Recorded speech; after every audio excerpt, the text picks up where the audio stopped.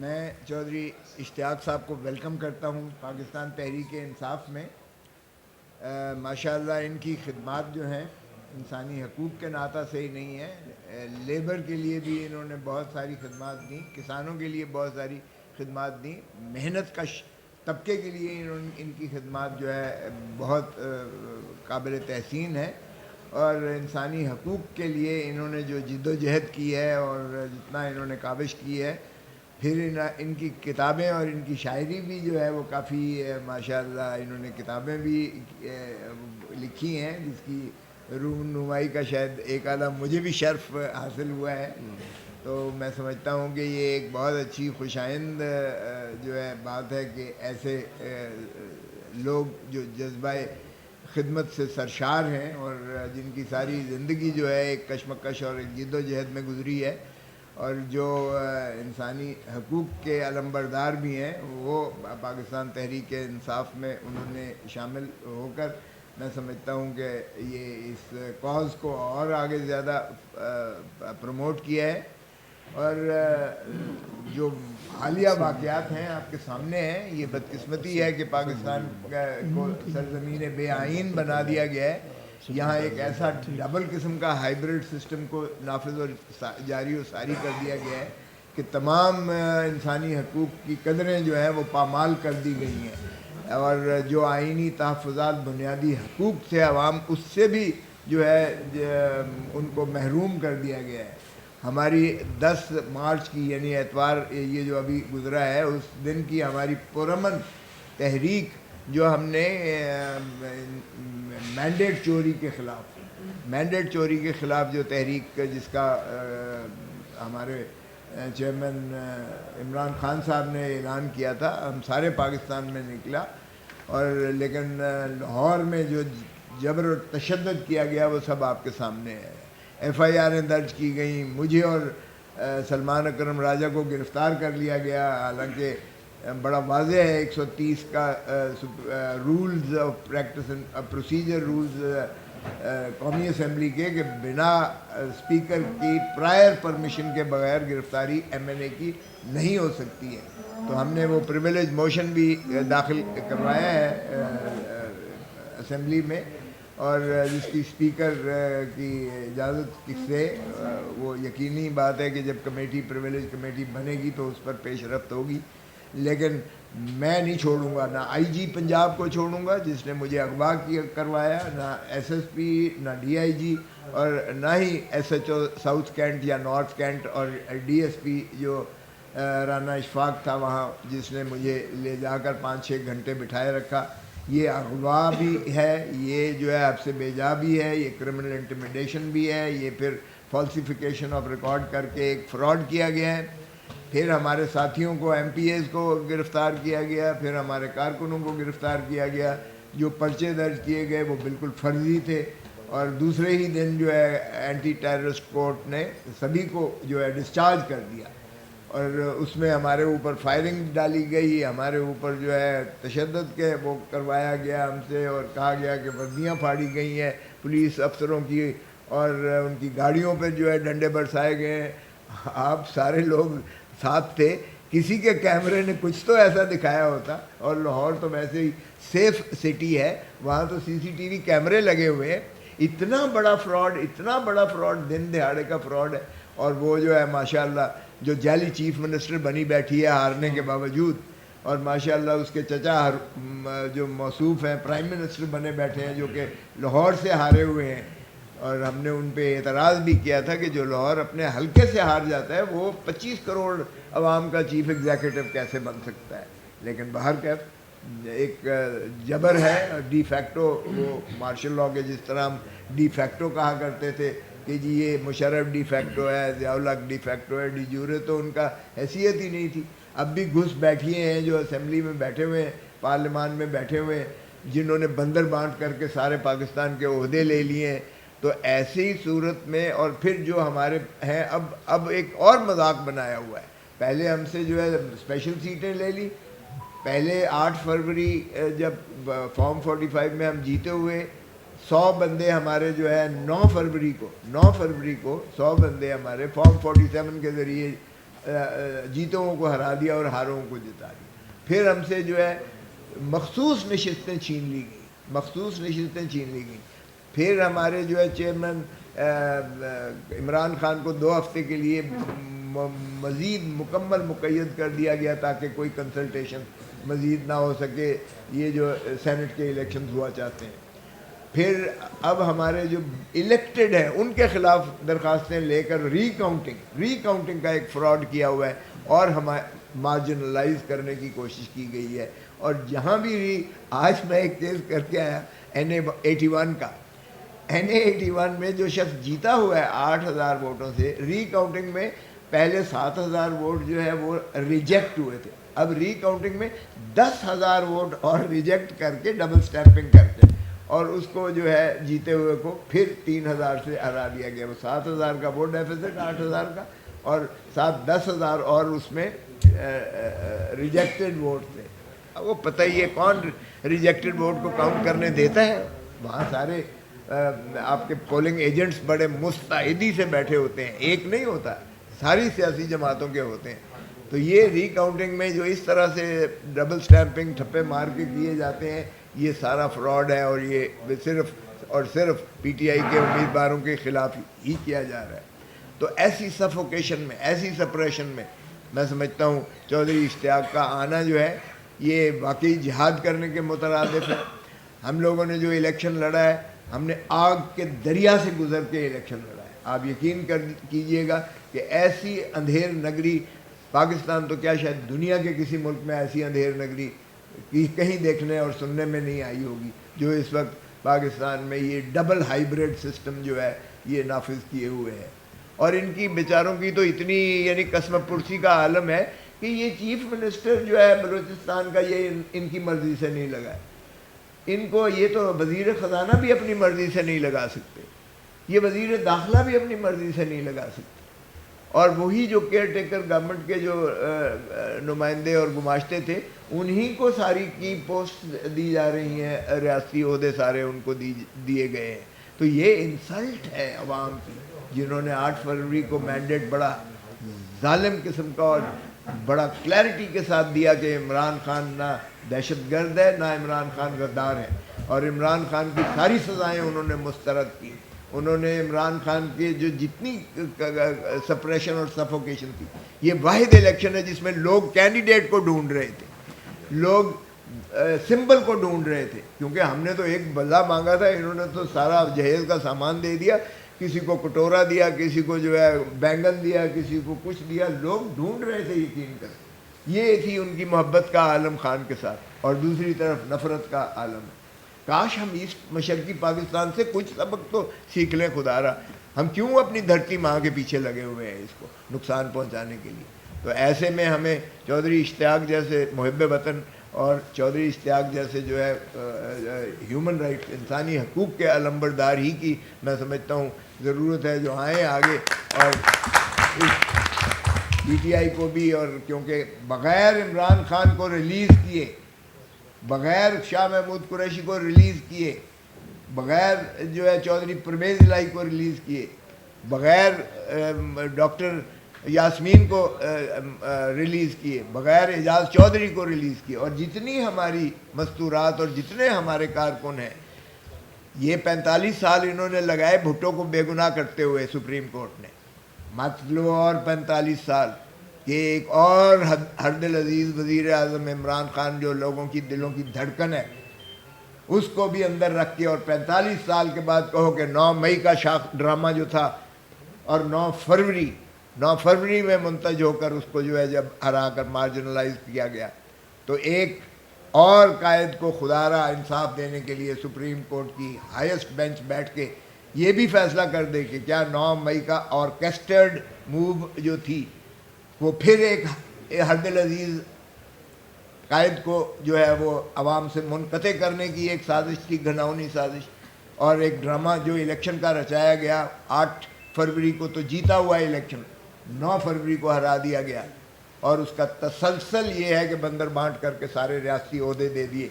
عوام اس بات کو تسلیم کبھی نہیں کر سکتی ہے, نہ انہوں نے پہلے کبھی کیا تھا مائنس کا فارمولا, نہ اب مائنس کا فارمولا کریں گے. تو بجائے اس کے کہ 40 اور 45 سال آپ لیں انصاف دینے میں، خدا را پاکستان کو اگر مضبوط دیکھنا ہے، جمہوریت چلانی ہے، ملک کو جو ہے آگے فلاحی مملکت بنانا ہے، تو ایک ہی حل ہے، ان سب کو ریلیز کریں اور مینڈیٹ چوری شدہ جو ہے وہ عوام کو واپس کریں اور عوام کو صحیح حق حکمرانی کا حق دیں تاکہ یہ ملک جو ہے خدا داد پاکستان آگے چل سکے۔ عمران خان کا جو کریڈٹ ہے وہ آپ کے سامنے ہے۔ آج کا دن جو اسلامی فوبیا کا دن بنایا جا رہا ہے بین الاقوامی طور پر، اس مرد مجاہد نے یونائٹڈ نیشنز میں کھڑے ہو کے جو تقریر کی وہ بھی تاریخ ساز تقریر ہے، اور ان الفاظ کے ساتھ میں آپ کا بہت مشکور ہوں اور میں دوبارہ آپ کو ویلکم کرتا ہوں۔ ہمارے لیے باعث مسرت آپ تشریف رکھیں، پلیز بعد میں کریں گے سردار صاحب ایک منٹ۔ ابھی